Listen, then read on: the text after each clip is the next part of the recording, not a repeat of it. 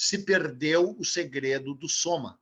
O soma foi a primeira bebida transcendente da humanidade. Há provas concretas de que ele existiu. Era um elixir verde feito na Índia, que as pessoas tomavam e se comunicavam com os deuses. As pessoas tomavam e regeneravam suas Ficava muito células doido. e rejuvenesciam e ficavam doidonas e tinham visões psicodélicas e não fazia nenhum mal, pelo contrário, só fazia bem e não deixava adicto, não criava adição, não criava vício, só criava transcendência, paixão e conexão com o cosmos. Juro, eu li bastante sobre o soma e ninguém sabe qual era a fórmula, nem mesmo se era essa planta aí que a Paula falou, ascádia, não sei o quê. Se perdeu a fórmula que a humanidade tinha descoberto de uma bebida que nos fazia falar com os deuses e nos fazia rejuvenescer.